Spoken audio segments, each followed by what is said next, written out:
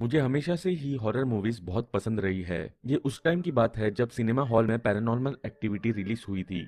मैं अपने दो दोस्त जेम्स और एंडी के साथ मूवी देखने गया। मुझे कहने की जरूरत नहीं है, पर हम ये मूवी देख के एक्साइटेड हो गए थे। किसी घर में शिफ्ट होते ही एबनॉर्मल गतिविधियों का होना, इस मूवी के कंसेप्ट ने हमें बहुत एक्साइटेड कर दिया था। एक शाम को एंडी और मैं जेम्स के घर स्लीप ओवर के लिए गए थे। हम जेम्स के कमरे में बैठे थे। जेम्स कुछ आर्टिकल्स के बारे में बात करने लगा जिसमें लिखा था कि हॉन्टेड हाउस सच में होते हैं। मैं उसके बेडरूम के खिड़की पर बैठा सिगरेट पी रहा था जब एंडी ने कहा, क्रिस, मुझे एक ड्रैग दो। मैंने उसे सिगरेट दी और कहा, मैंने भी ऐसे आर्टिकल्स पढ़े हैं, काश हम किसी हॉन्टेड हाउस जा पाते। एंडी ने खिड़की के बाहर धुआं छोड़ते हुए रिप्लाई किया, किसने कहा नहीं जा सकते, और रहस्यमयी तरीके से स्माइल करने लगा। जेम्स ने हैरानी से पूछा, क्या मतलब है तुम्हारा? एंडी हमारी तरफ मुड़ा और बोला, क्रिस्टल लेक के पास एक घर है, हमारे शहर से आधे घंटे की दूरी पर है। लोग कहते हैं कि वो घर हॉन्टेड है। जेम्स अपना सर खुजाते हुए बोला, ओ, तुम उस मिलार्ड हाउस की बात कर रहे हो। मैं इस जगह के बारे में कुछ नहीं जानता था, तो मैं उन्हें बीच में रोककर कहा, कौन सा घर? मिलार्ड कौन है? जेम्स उसी समय अपने बेड से उठा और अपना लैपटॉप ऑन किया। उसने कुछ सर्च किया और फिर कहा, हाँ, मैं सही कह रहा था, मैंने इसी जगह के बारे में पढ़ा है। इस घर की बहुत भयानक कहानियां रही है। बहुत साल पहले यहाँ मिलार्ड नाम का एक आदमी रहता था। उसकी बहुत सुंदर बेटी थी, पर वो आदमी बहुत सख्त था और कभी भी अपनी बेटी को घर से बाहर जाने नहीं देता था। एक दिन उसे पता चला कि उसकी बेटी का अफेयर उनके डाकिया के साथ चल रहा है। मिस्टर मिलार्ड को बहुत गुस्सा आया और उन्होंने अपना आपा खोते हुए अपनी बेटी को सीढ़ियों से नीचे ढकेल दिया। उसकी बेटी की रीढ़ की हड्डी टूट गई और फिर वो कभी इंसानों की तरह नहीं चल पाई। लोग कहते हैं कि वो पूरे घर में कुत्ते की तरह रेंगती हुई चलती थी। इस घटना के एक हफ्ते बाद आते जाते लोगों ने पुलिस को फोन कर कर बताया कि उस घर से बहुत गंदी स्मेल आती है। जैसे ही पुलिस घर में घुसी, उन्होंने मिस्टर मिलार्ड की डेड बॉडी सीढ़ियों से नीचे गिरी मिली। उसने सीढ़ियों से गिर के अपनी गर्दन तोड़ ली थी। उन्हें उसकी बेटी की डेड बॉडी उसके बेड से मिली। मैंने मुस्कुराते हुए पूछा, इसमें डरावना क्या है? शायद उस बेटी ने अपने बाप से बदला लिया होगा और फिर अपने आप को ही मार दिया होगा। जेम्स मुझे बड़ी आंखों से देखते हुए बोला, फॉरेंसिक रिपोर्ट के मुताबिक उसकी बेटी 20 मार्च को दोपहर 1 बजे अपने बेड पे मरी थी और मिस्टर मिलार्ड की डेथ 20 मार्च को ही रात को 1 बजे बताई गई। किसी के जबरदस्ती घर में घुसने का कोई निशान नहीं था। तो हाँ, लोग कहते हैं कि उस बेटी की गुस्से वाली आत्मा ने उसके बाप को मार डाला। एंडी ने कहा, चल के देखे, क्या कहते हो? जेम्स और मैंने हामी भर दी और हमने उस वीकेंड को क्रिस्टल लेक जाने का डिसाइड किया। मैंने अपने भाई की कार ली और हम सैटरडे इवनिंग में निकल गए। हम पूरा मजा लेना चाहते थे, तो हमने अंधेरा होते ही जाने का डिसाइड किया। मैं हमेशा अपने इस डिसीजन को रिग्रेट करूंगा। एंडी ने सही कहा था, हमें वहां पहुंचने में 30 से 35 मिनट ही लगे। उस जगह का नाम क्रिस्टल लेक एकदम सही रखा था, क्योंकि उस तालाब के पानी में चांद सितारों की रोशनी इस तरह पड़ रही थी जैसे कोई शीशा हो। हमने तालाब के पास अपनी कार पार्क की। वो फुल मून नाइट थी। चांद की रोशनी हर जगह फैली हुई थी। मिलाड का घर लेक की दूसरी तरफ विशाल सा खड़ा था। हमें नहीं पता था कि उस घर तक पहुंचने के लिए हमें उस तालाब को क्रॉस करना था। किस्मत से वहां लकड़ी के प्लेटफॉर्म पे दो नाव बंधी हुई थी। हमारे आसपास का माहौल बहुत ही डरावना सा लग रहा था, क्योंकि वो इतनी खुली जगह थी। हमें हर आवाज बहुत अच्छे से सुनाई दे रही थी। कीड़ों की आवाजें, ठंडी हवाएं बहती हुई और तालाब में पानी की धीमी लहरें।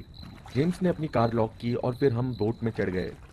जेम्स और मैंने बोट चलानी शुरू की और एंडी ने हमें टॉर्च से रास्ता दिखाया। जब हम लेक के उस पार पहुंचे, वो घर पहले से भी ज्यादा डरावना लगने लगा। टूटी खिड़कियां ऐसी लटकी हुई थी कि कभी भी गिर सकती थी। वहां की दीवारों पे अनचाहे पौधे उगे हुए थे।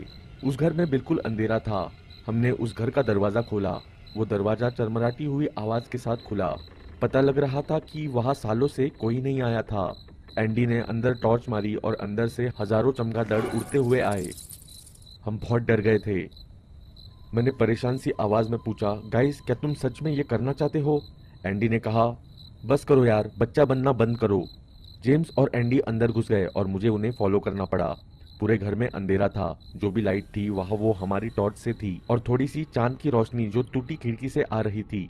हमने रियलाइज किया कि हम घर के लिविंग रूम में खड़े थे और देखा कि वहां बहुत बड़ी सीढ़ियां लगी थी। जेम्स ने धीरे से कहा, ये वही सीढ़ियां है जहां से मिस्टर मिलार्ड ने गिर के अपनी गर्दन तोड़ी और फिर मर गए। मकड़ी के जाले और मिट्टी से पूरा घर भरा हुआ था। मैंने तो कुछ चमगादड़ भी घर की छत से लटके हुए देखे थे। एंडी ने टॉर्च लेफ्ट साइड मारी और चिढ़ाते हुए बोला, ये देखो दोस्तों, हमने दीवार के लेफ्ट कोने में एक पेंटिंग लटकी देखी। हम वहां गए और एक ऑयल पेंटिंग देखी जिसमें एक बूढ़ा आदमी बना हुआ था जिसकी शक्ल बहुत गुस्सेल थी और वो आग के पास खड़ा था और उसके साथ में एक 17-18 साल की लड़की चेयर पर बैठी हुई थी। ये मिस्टर मिलार्ड और उनकी बेटी हो सकती है, जेम्स ने कहा। वो लड़की बहुत सुंदर थी पर पिक्चर में भी देख के पता लग रहा था कि वो कितनी उदास थी। ऐसा लग रहा था जैसे अभी उसकी आंखों से कभी भी आंसू टपकने लगेंगे। एंडी ने सरकास्टिक टोन में कहा, अगर ये मेरे पास होती तो मुझे भी इसे बचा के रखना पड़ता। मुझे उसके घटिया जोक से बहुत इरिटेशन हो रही थी। मैंने कहा, तुम्हें ये सब नहीं बोलना चाहिए, ये बहुत शर्मिंदगी की बात है यार, इस बेचारी ने कितना सहा था। एंडी ने अपने कंधे हिलाए और बोला, हाँ वॉटेवर। वो सीढ़ियों की तरफ चलने लगा। जेम्स ने कहा, तुम कहाँ जा रहे हो? उसने कहा, चलो बेटी का रूम देखते हैं। हम इतनी दूर इस घर में इतना सा नहीं घूमने आए हैं, वैसे भी यहाँ कोई भूत वूत नहीं है। जेम्स ने भी उसे फॉलो करना शुरू किया। मैं भी मुड़ के उनके साथ जाने लगा पर अचानक मुझे किसी के हंसने की आवाज आई। मैं रुका और बोला, गाइस क्या तुमने वो सुना? जेम्स ने कहा, क्या सुना क्रिस? इससे पहले मैं बता पाता कि मैंने क्या सुना, मुझे एंडी की ऊपर से आवाज आई, अब ऊपर आओ, बिना बात का ड्रामा करना बंद करो। मुझे बहुत बेइज्जती महसूस हुई और मैंने डिसाइड किया कि अब एंडी को कुछ नहीं कहूंगा। जब मैं ऊपर चढ़ने लगा मुझे अपने कदमों से लकड़ी की सीढ़ियों में से आवाज आती सुनाई दी। जब मैं ऊपर पहुंचा मैंने जेम्स और एंडी को एक बंद दरवाजे के सामने खड़ा देखा। मैंने पूछा, क्या हुआ? जेम्स ने दरवाजे की कुंडी खोलते हुए कहा, आई थिंक ये दरवाजा अटक गया है, ये खुल नहीं रहा। एंडी बोला, ये टॉर्च पकड़ो, मुझे कोशिश करने दो।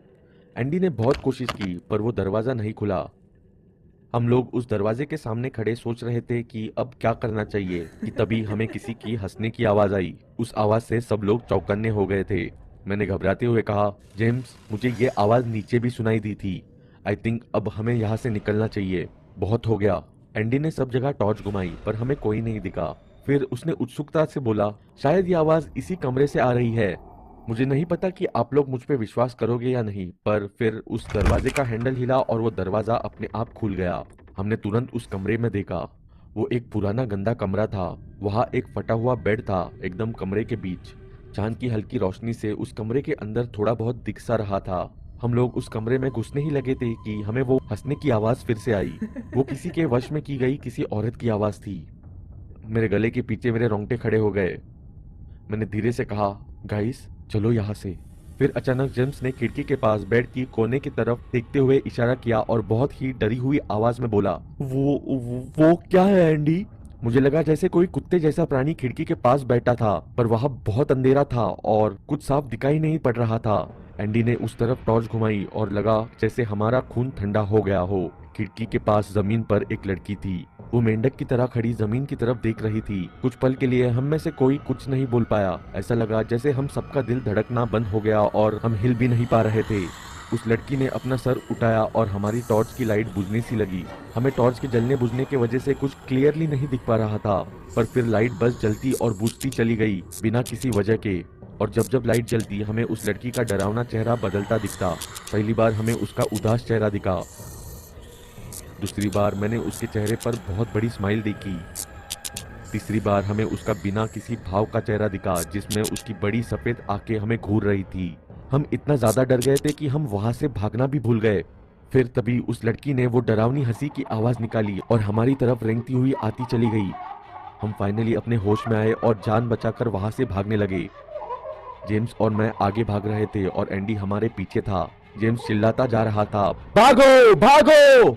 और एंडी एक 10 साल के बच्चे की तरह चिल्लाते हुए कह रहा था, मुझे यहाँ अकेला मत छोड़ो प्लीज, वो मेरे पीछे आ रही है। हम मेन डोर पर पहुंचकर एंडी का वेट करने लगे। हमने देखा कि एंडी आधी सीढ़ियां उतर चुका था और वो लड़की उसके एकदम पीछे जानवरों की तरह भागती आ रही थी। किसी तरह हम सब लोग उस घर से निकलते ही बोट में कूद गए। एंडी से डर के मारे टॉर्च तालाब में ही गिर गई। जेम्स और मैंने पागलों की तरह बोट भगाना शुरू कर दी। एंडी अपनी पीठ घर की तरफ किए बोट में ही बैठा था। वो इतना ज्यादा डर गया था कि बस बोलता ही चला गया, मुझे अभी भी उसकी आवाजें आ रही है, बोट तेज चलाओ और तेज। जेम्स और मैंने रियलाइज किया कि उसे सदमा लग गया है क्योंकि जहाँ तक हमें दिख रहा था घर के सामने कोई नहीं था। जेम्स ने सहमी हुई आवाज में कहा, शायद वो घर छोड़कर नहीं जा सकती। मैंने कुछ नहीं कहा, बस बोट चलाता गया। मुझे अभी तक नहीं पता कि उस रात हम घर कैसे पहुंचे, पर इस घटना के बाद किसी भी हॉन्टेड हाउस की बात सुनता हूँ तो पसीना छूटने लगता है।